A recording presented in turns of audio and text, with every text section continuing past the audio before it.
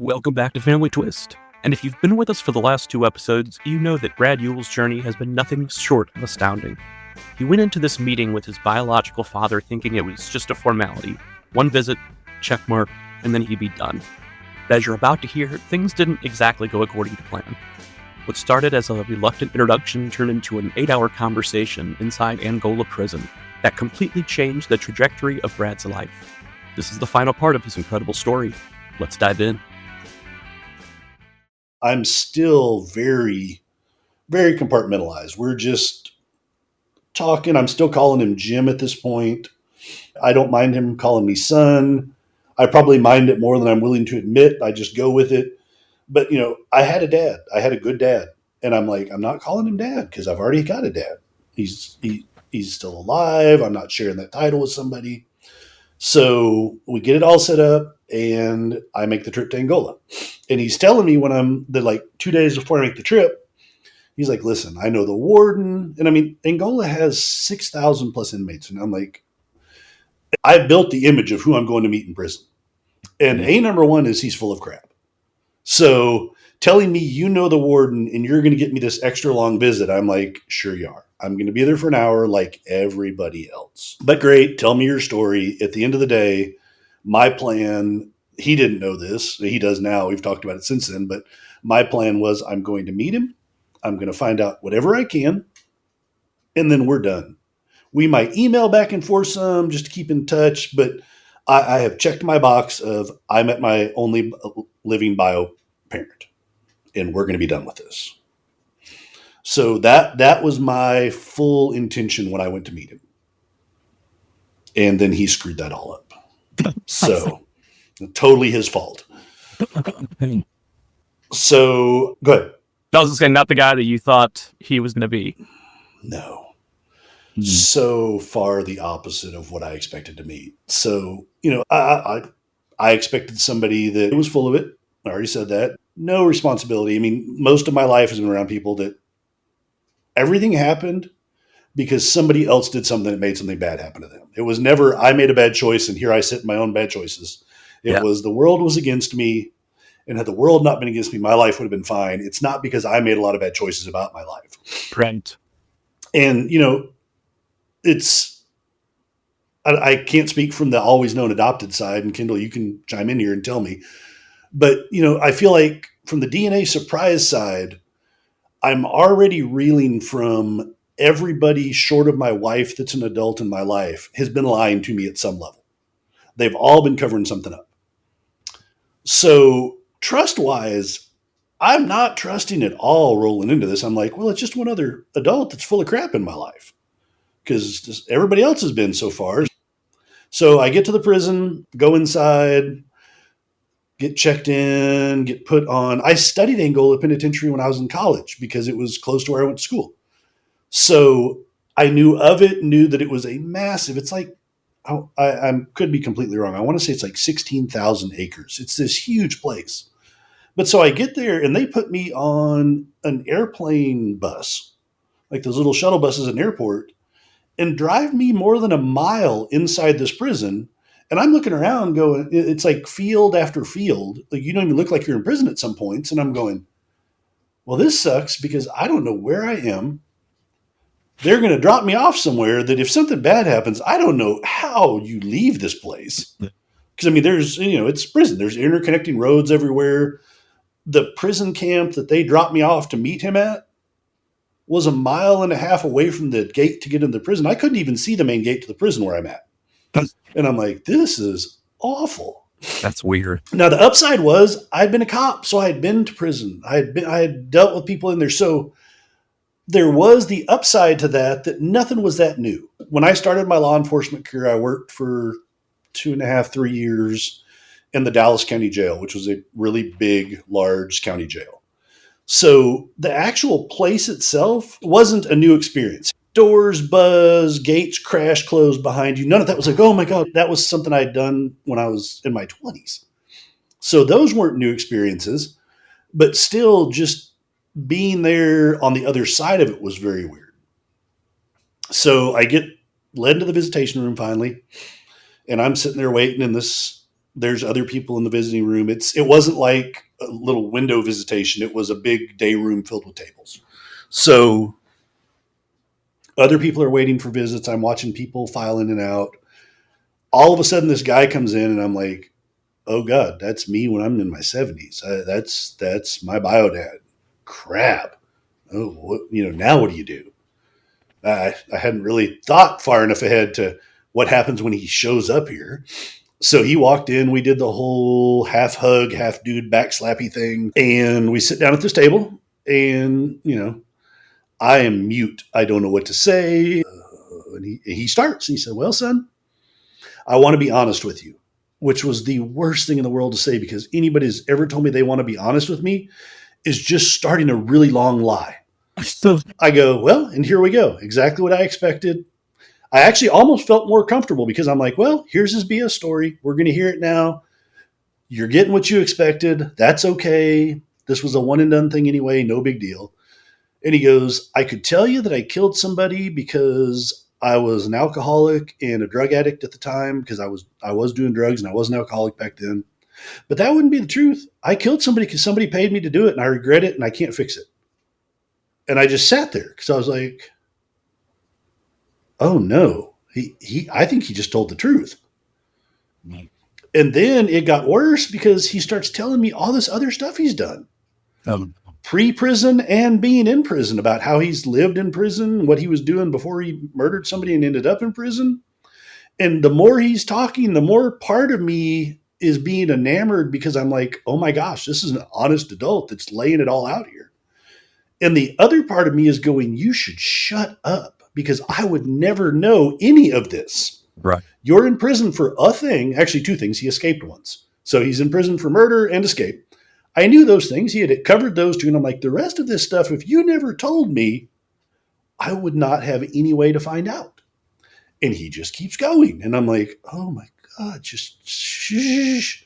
But at the same time, the more he talks, the more I'm going, wow, he really wants to own up to who he is. And never in any of it was an excuse for anything. It was just, this was the person I was. He'll say to this day, I was a horrible person. And I can't go back and fix that part of me. Here I am today, but if you want to know why I'm here because I was a bad person for a long time. My whole plan was to get lied to, brush that off, and roll back out the door. Yeah. So was he right about being able to stay longer than an hour? I was there for 8 hours. Oh.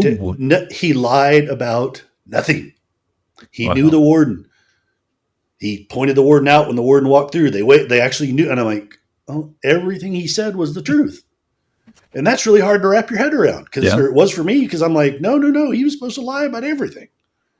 And here he is just being an open book. And that was not how that was supposed to go.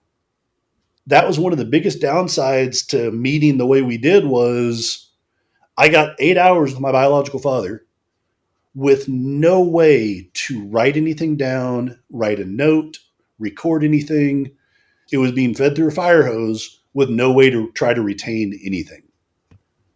And I'm just sitting there going, I'm not going to remember half of this, and I want to know all of it. It's interesting for me, because I think that in some ways, being there and knowing you needed to take full advantage of having him there was probably profound. I mean, conversely, when I met my biological father, I felt like he's not an inquisitive man. Let me say that nicely. And I'm the opposite. And, so he didn't ask me questions. I'm not saying he wasn't interested in learning, but he still to this day, he's not inquisitive at all. But he lives in the moment, and that's pretty much it. So in some ways, I think I would have appreciated having 8 concentrated hours where I felt like I could, but you're right. Drinking from a fire hose for sure. But I mean, you're right. There is an advantage to this dude can't go anywhere. We're not in a coffee shop where he can be like, "And Kendall, you have offended me and I'm done with this." No, you're stuck. We're in prison. We're together. Yep. You have to sit at this table and deal with me because you let me come.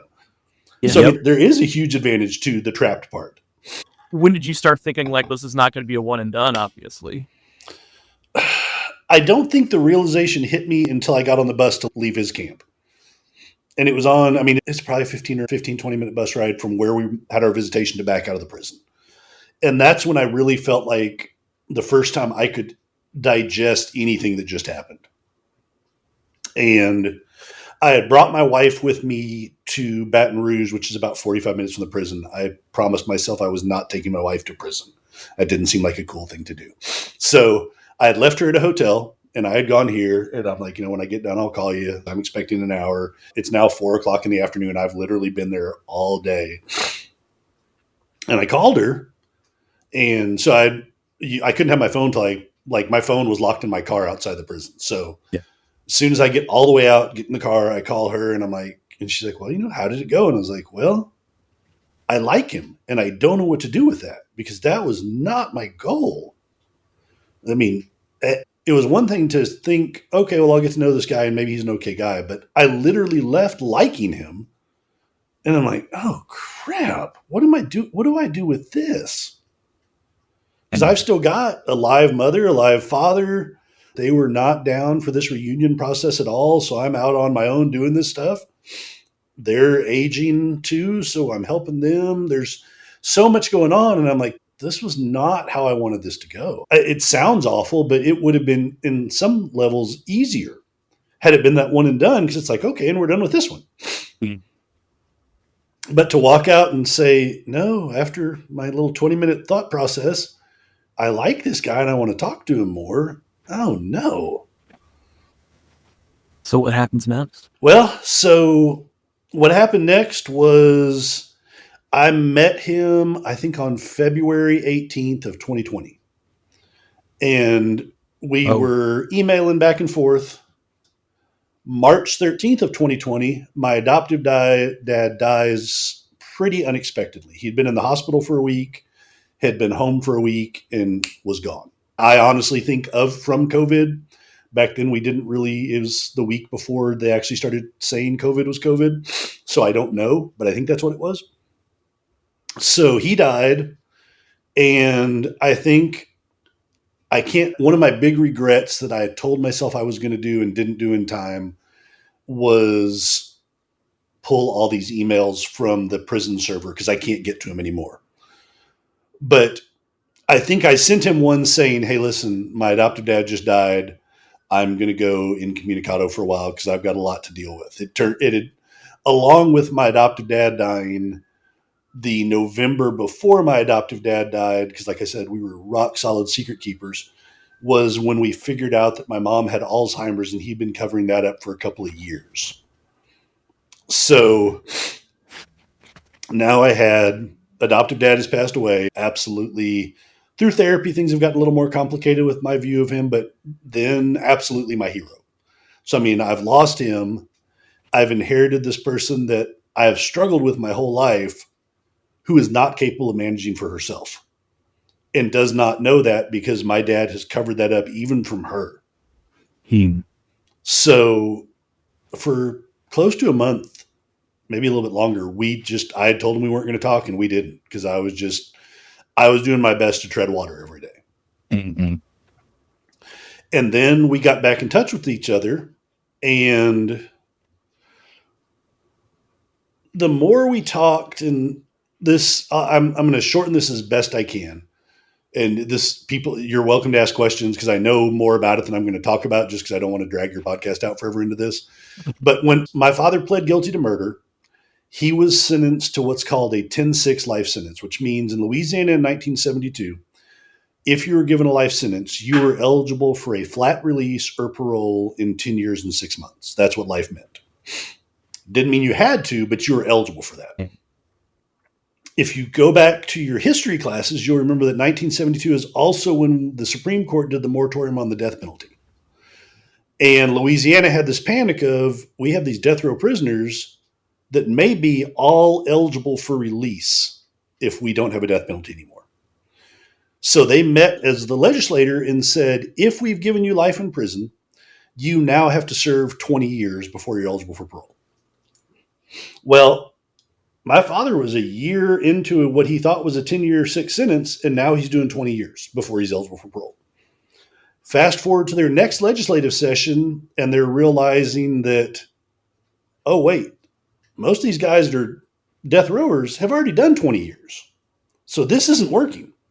So they up it and say, if we've given you life in prison, you now have to do 40 years. And what they're doing is they're retroactively applying this sentence to anybody currently serving time. So now he's looking, I think this would have been 4 years into his what he thought was a 10-year sentence. He's now at a 40-year sentence, guaranteed before he looks at release. Well, Louisiana being Louisiana, they have another legislative session the following 2 years. And they say, we've rethought all this, and we're Louisiana, and if we gave you life in prison, we mean you die here. So anybody that's prison sentence says life is now life without parole. And this would have been, I think, about 6.5 years into what he thought was a 10-year sentence. So he went from, I pled guilty, I have the eligibility to get out, to 6 years later, I am not eligible for parole ever. And there's not an appeal process for that. These are legislative changes. So when I met him, he's doing life without parole. I'm never going to say how long somebody should do in prison for murder. If you killed my parents or my wife, I want you to die in prison for murder. I get it. I'm not saying that should be any other way. My flip side of that is I'm kind of a strong constitutionalist. And I feel like if the state makes an agreement with you, they can't just retroactively change that on a whim. It would be like if I bought a car and every few years a dealership called and said, hey, Brad, that car is now worth $4,000 more than we told you it was. So I took issue with that side of it, not the fact that he could spend the rest of his life in prison, because he did take somebody else's life. And as all of this was happening and COVID was going on, it was awful because I could not go to see him. All I could do is talk to him on the phone, and it is literally every movie you've seen. You're receiving a call from Angola State Penitentiary from Jim. Do you want to accept this call? So, we had 10-minute calls like that. Those were all monitored. So it also very much limits what you're going to say. Face-to-face at a visitation table, we could talk about anything. On the phone, everything is recorded. Is it checked? Who knows? I know it was sometimes because we had a visit cut short that still baffles me to this day. But so what COVID did was Louisiana allowed for video visitation. So I was now allowed, I think it was 15-minute video chats with him. So I could actually see him face to face, still monitored, still very limited on what we're going to talk about. But I can at least see him, which, it's like we're doing right now. You just feel a little bit closer when you're seeing somebody you're talking to rather than just talking to a voice. Absolutely. But are they monitored? Absolutely. Because one time we're in the middle of a visit and the screen goes black. He emailed me the next day and said, apparently your visit was cut short because you violated rule such and such. I pull up the inmate visitation book. I had just come back from the gym. I was wearing a tank top. Tank tops are not allowed visitation attire. Somebody had popped on the video, seen me in a tank top, and just gone click and turned us off. Wow. So they did watch. Wow. Each other on kind of a different level. My dad died in March of 2020. For Christmas of 2020, I got to spend 15 minutes with my bio dad, hiding upstairs in my bedroom. We didn't want her to know. Having video Christmas with my father who's in prison. And as we're getting to know each other, I'm getting more and more into this mindset. And he even admits, absolutely in there for a reason he should be in there. No, there's no debate. He said, I killed somebody and I'm sitting in prison because I did that.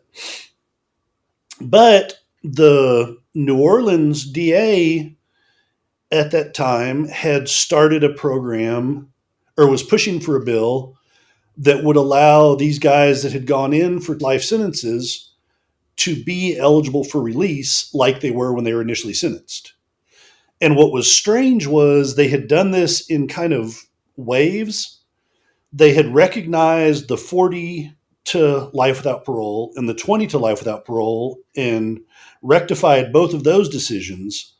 But they had forgotten there were still 40 guys, and that was all that was left because you have to figure all these guys were sentenced 72 and prior. So they were none of them were young. There were only 40 of them left that weren't 20 to life or 40 to life. They were 10-6 to life. And those legislative changes they had done like in 2017 didn't affect those 40 guys that had started at 10-6. So he had recognized this and had started this bill that got passed that if the court that sentenced you and the district attorney's office that prosecuted you could come up with a new sentence, that was your new sentence. So what he was doing in Orleans Parish was he would come and he would say, Kendall, how long have you been in prison? And you'd say, 49 years, 7 days. And he would say, well, your new sentence is 49 years and 8 days. We're releasing you tomorrow. So they were just cutting people loose, one after the other. The problem was my father had been sentenced out of Caddo Parish. This law that they had written was an option for every DA's office. It was not at all a requirement. So you had to ask for this to happen. I feel better saying this because I can't feel like there's any way I'll get in trouble for it. I 100% cheated. I sent every email to Caddo Parish from my police email because I knew even if they were going to tell me to pound sand, they would at least answer me because I was a police officer. So I started emailing back and forth with Caddo Parish. I spent a year emailing back and forth with one of their super nice lady, assistant district attorney. She asked me to put together a file, an actual hard copy file for her of all of his prison accomplishments, his discipline record, his everything that had his prison stuff in it. Send her the physical file. They wouldn't take digital copies. So we did all that. And over a year, we'd correspond off and on because this was not, she was the head of their appeals process. So she was dealing with much more than just, oh, will you review my father's case? But after a year, she reached out and said, listen, I've talked to the DA and where the DA stands is we're not doing this. He's not interested in opening a can of worms like this because once you do one, you've got to do more and he's not going to do it. He can't be made to do it. So we're kind of at a dead end. Right. But then she said, but there is legislation that we think is coming next year that may still help your father's case. So look up this House bill and just kind of keep an eye on it. Supposedly this other legislation's coming. Here's the thing. So it turned out she was right. And that following year, they introduced a bill through a group called the Parole Project in Louisiana, who I had reached out to when all of this started and had told me, listen, your father is life without parole, which means there's nothing we can do for him. Well, they had made this push for all 10-6 lifers. They wanted a bill that said anybody that was sentenced to a 10-6 life sentence is immediately eligible for parole. We're not saying you should all be released because you may be a horrible inmate. You may be in there killing your cellie every chance you get, but you should at least have the ability to be considered. So I reached back out to the Parole Project because it turned out that the man that runs the Parole Project had been in prison with my father and knew him. So once again, I didn't use my police email to cheat, but I Facebook stalked him. I found his personal Facebook page and I started sending him personal messages I stopped contacting the Parole Project. I just started contacting him being like, hey, you know my father. This is who I am. I want to talk to you, blah, blah, blah. And finally he responded back and he said, listen, I do know your dad and yeah, let's talk. I don't know where this law is going. But while all this is going on in the background, my sister has been diagnosed with stage 4 ovarian cancer, gone through all of the treatments, had some success. It slowed down. It would remetastasize. It would slow down. So that's going on in the background while we're dealing with pop stuff. And it's now March of 2022. My sister's basically been told, listen, we've got one more thing we're doing, but ultimately you're going to die of ovarian cancer. We cannot save you. So, we just want you to be able to have time to come to peace with what you want to do. Well, one of her dreams was to get married in Las Vegas to her then common law husband. And they couldn't figure out how to get to Vegas. So Pam and I figured out a way to get them to Vegas. They wanted, you can decide what you want to think of my family. My sister desperately wanted to get married on 420 in Vegas. So we'll just let that say what it says. Yeah. And so we got that arranged. She said, well, if y'all are doing this for us, do you want to come be our witnesses? And I'm like, that'd be amazing. That, because she and I'm watching my sister die, and that's a whole nother long, crappy story. But we had gotten super close by then. Now I'm going to get to be at her wedding. That seems like a really cool brother thing to get to do for my little sister, even though I know it's not going to be a long-term thing. So we get that all set up. The Wednesday of her wedding, I'm getting dressed that morning and my phone rings and it's Andrew from the Parole Project. He said, well, it looks like this bill may actually happen. Because I told him, anything I can do to help, let me know. Because I would really like to see Pop get this opportunity. Well, he said, it looks like this is happening. Any chance you could be in Louisiana on Monday? And he said, well, you're one of the few people that is a living relative of a 10-6 lifer. And the fact that you're a police officer, we want to use to our advantage. And we want you to come testify at the House Criminal Justice Committee about why they should pass this bill.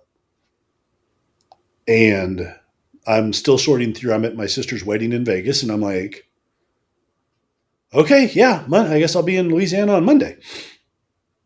So we get her wedding. We have all of our wedding fun. Fly back Saturday. Sunday, I am in the car driving to Baton Rouge from Texas.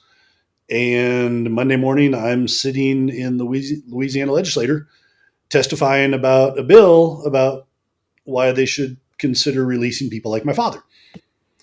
And that goes well. The committee votes in favor of it. It goes that following week to, I think, the full house. The full house votes in favor of it.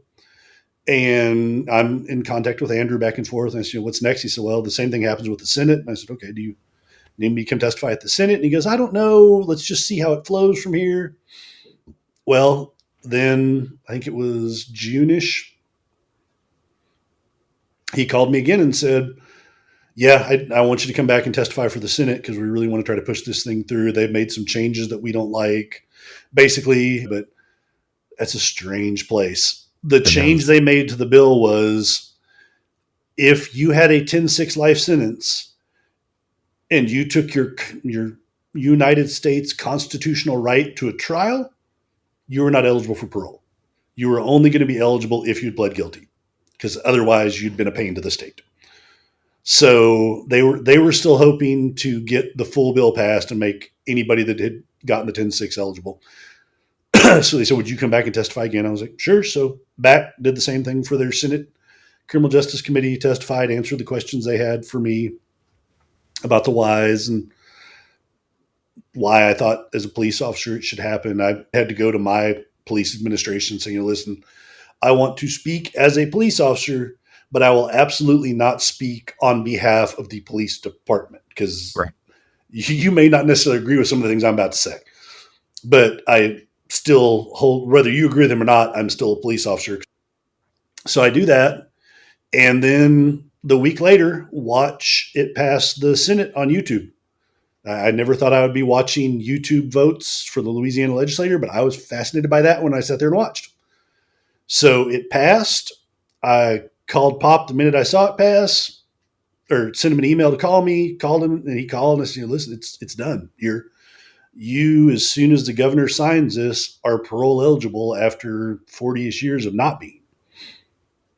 And, he said, great. So then my next call was to Andrew from the Parole Project. And I said, listen, here's where I become the bad guy and ask for my piece of the pie.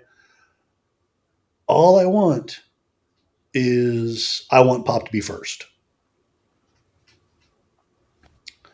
But, at this point, he would have been 77.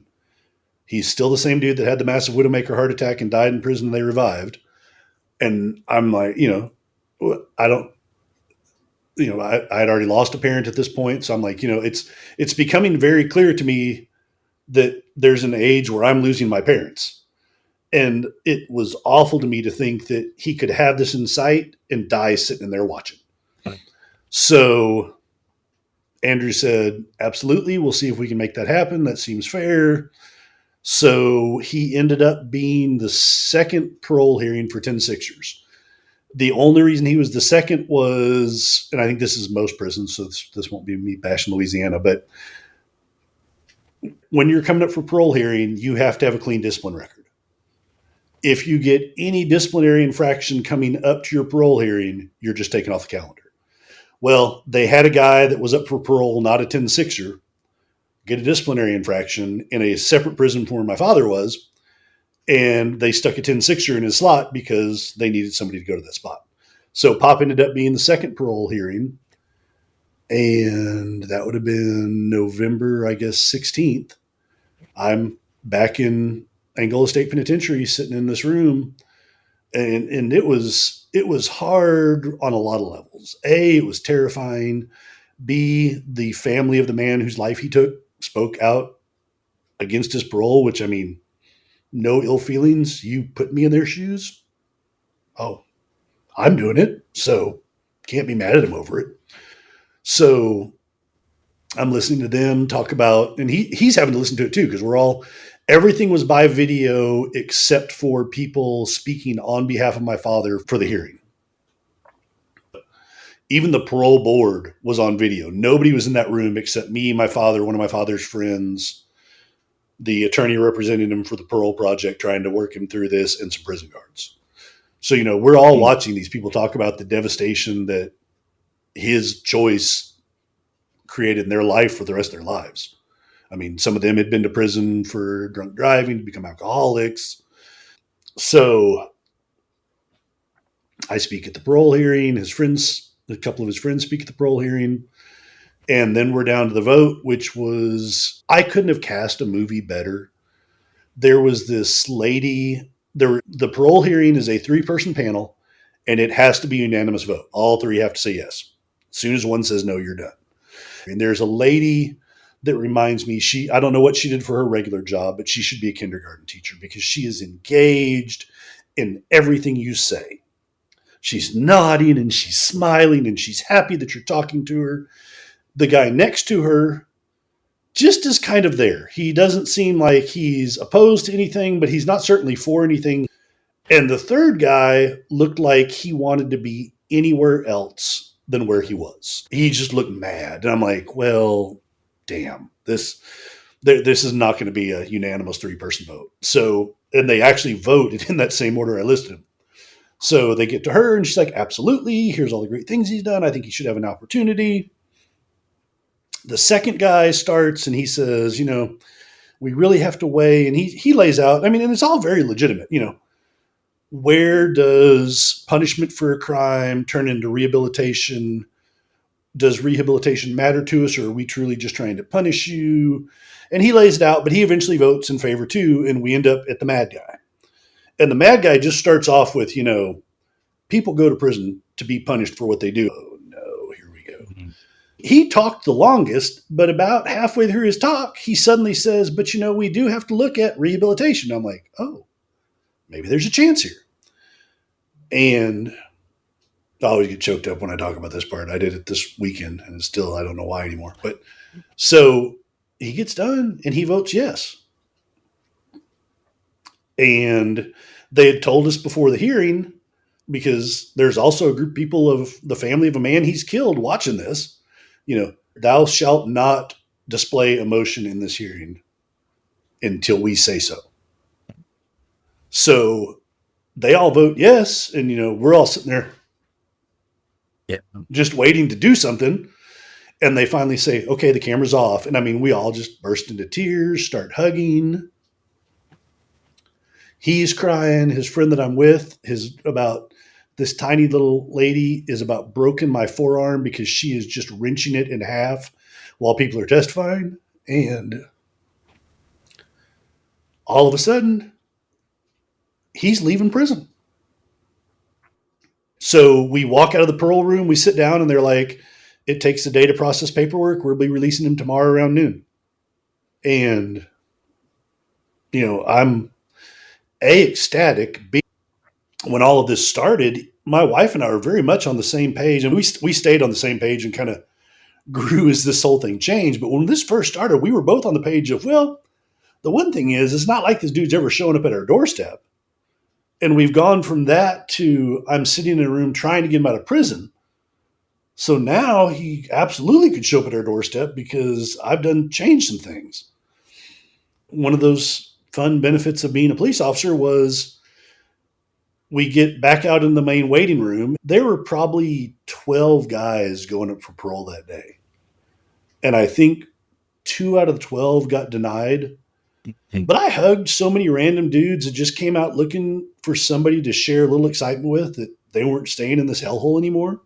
Yeah. It gave me a whole new perspective on what I've done for my job for all these years that I had never experienced.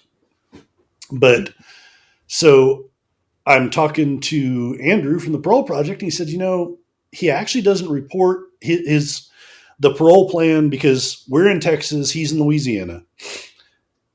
He has to be approved to come to Texas because he's being paroled in Louisiana. Texas has to accept him, and Louisiana has to be willing to send him. So parole plan step 1 is go to transition house. I mean, you have to really put on your way back cap. But he went to prison in 1972. Things have changed just a little bit now. And that he wasn't totally technologically backwards. Like they had, if you've ever seen a prison movie and you see the old TV that has the clear plastic back case so you can't hide contraband in it, he had a Nexus tablet that looked just like that.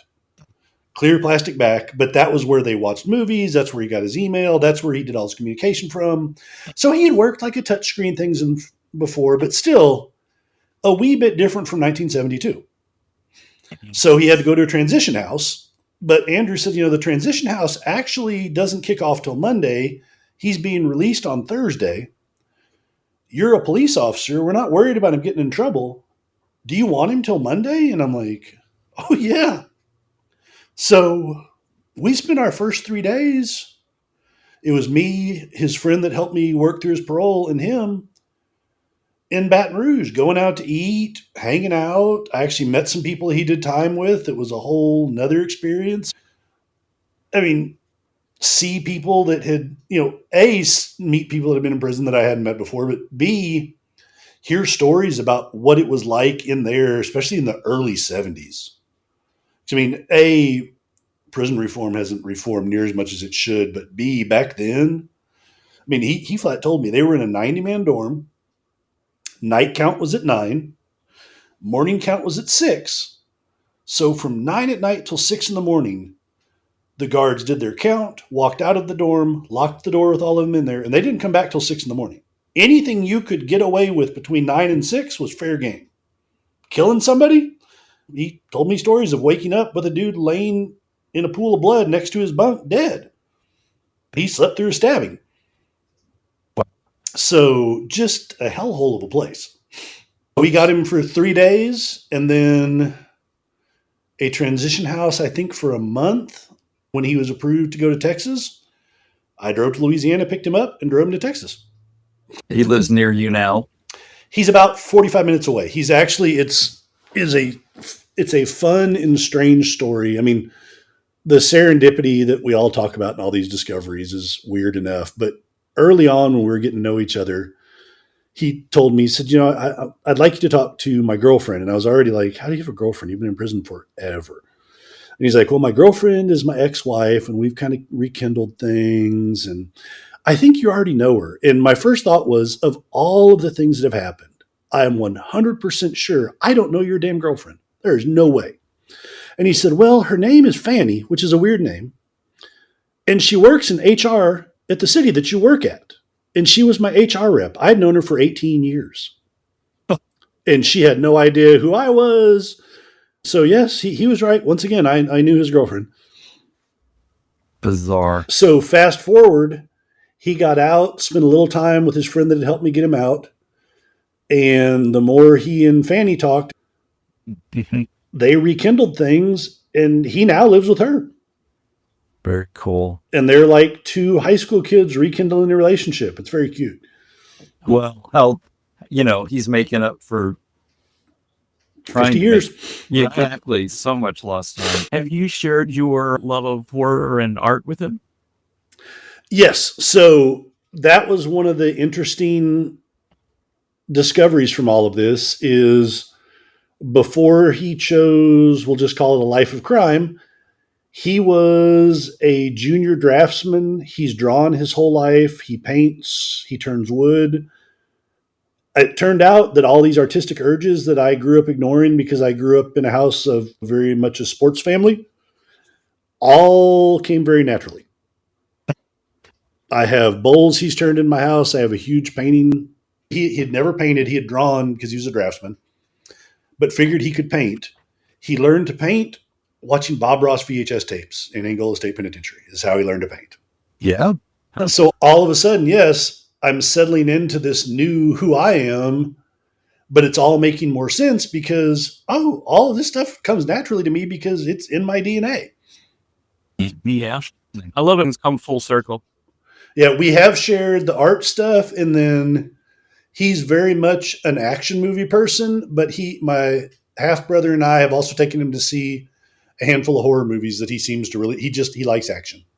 So cool. If it's scary action, he'll go. If it's action, he'll go. That's cool. That's very, very cool. On the Horror Heals podcast, we always ask as the last question, who is your favorite final person in a horror movie? Yep. Have y'all watched Strange Darling yet?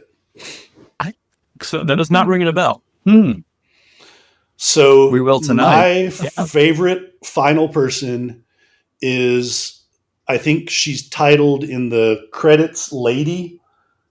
She calls herself a couple times the Electric Lady. She is my favorite. Before then, I would have said what so many other people said on here, which is Jamie Lee Curtis and all the Halloween movies, because that's by far my favorite franchise. But I loved her character and how she played that character out through that movie. Oh, definitely have to check it out. I love discovering something new. Yeah. That's awesome. Well, again, thank you so much for your time and for the beautiful artwork. We can't thank you enough for that. And there it is, the unexpected turn of events that took Brad from "this is just one meeting" to standing in front of lawmakers fighting for his father's chance at freedom. It's a story of discovery, of rewriting expectations, and of realizing that sometimes the people we least expect to connect with can change everything. Brad, we can't thank you enough for sharing this raw and powerful journey with us. And to all of you listening, if this story resonated with you, if you've had your own family twist moment, reach out. We'd love to hear from you. Until next time, remember, family secrets are the ultimate plot twist. The Family Twist podcast is presented by Savoir Faire Marketing Communications and produced by How the Cow Ate the Cabbage, LLC.